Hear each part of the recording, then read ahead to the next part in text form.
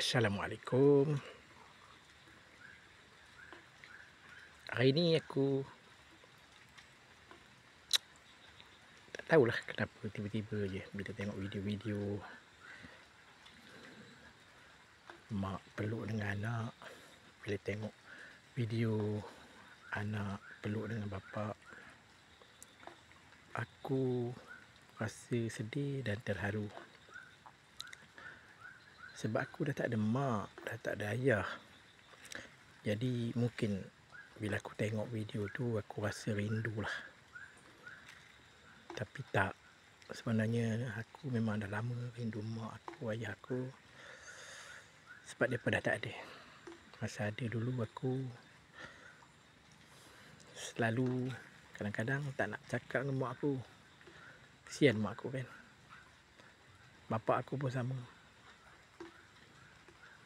Seolah-olah macam mereka tu tak ada anak. Alhamdulillah lah. Pengakhiran mereka depan aku. Jadi taklah begitu kecewa. Hasil peninggalan pemberian mak aku, inilah yang aku dapat. Alhamdulillah. Mak aku suruh aku jaga kebun ni. Jadi aku jagalah. Seperti mana yang dia amanahkan.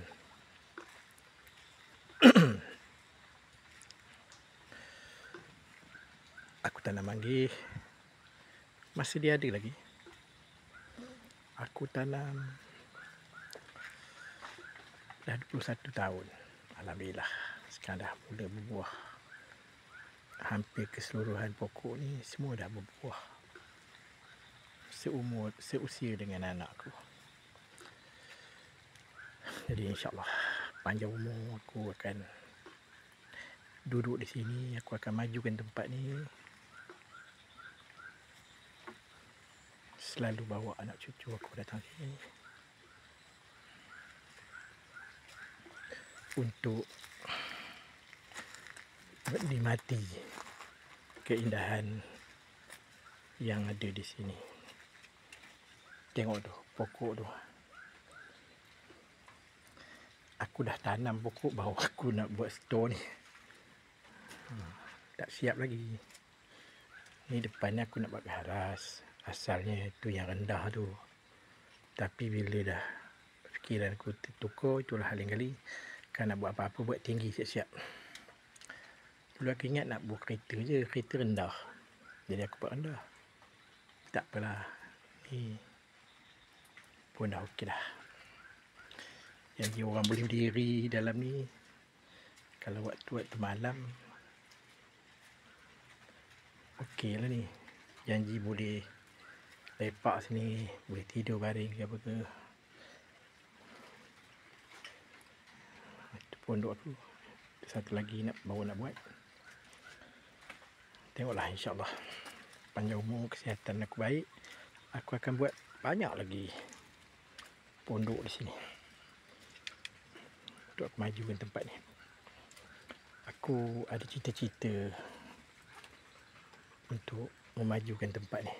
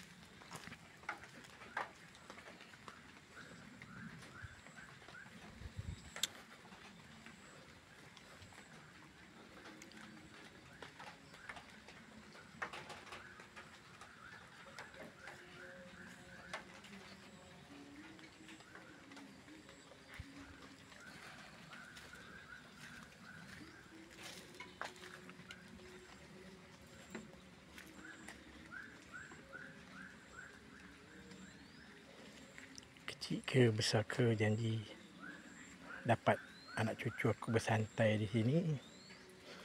Kalau tak ada isi kereta, buat tempat makan-makan ke apa ke sini.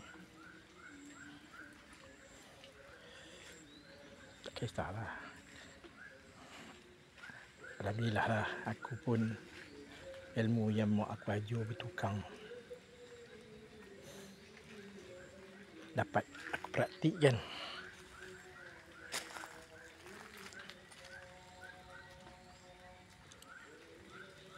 Mak aku dulu dia serba boleh, tukang boleh, apa boleh. Tu je lah. Itu aku ni. Assalamualaikum warahmatullahi wabarakatuh.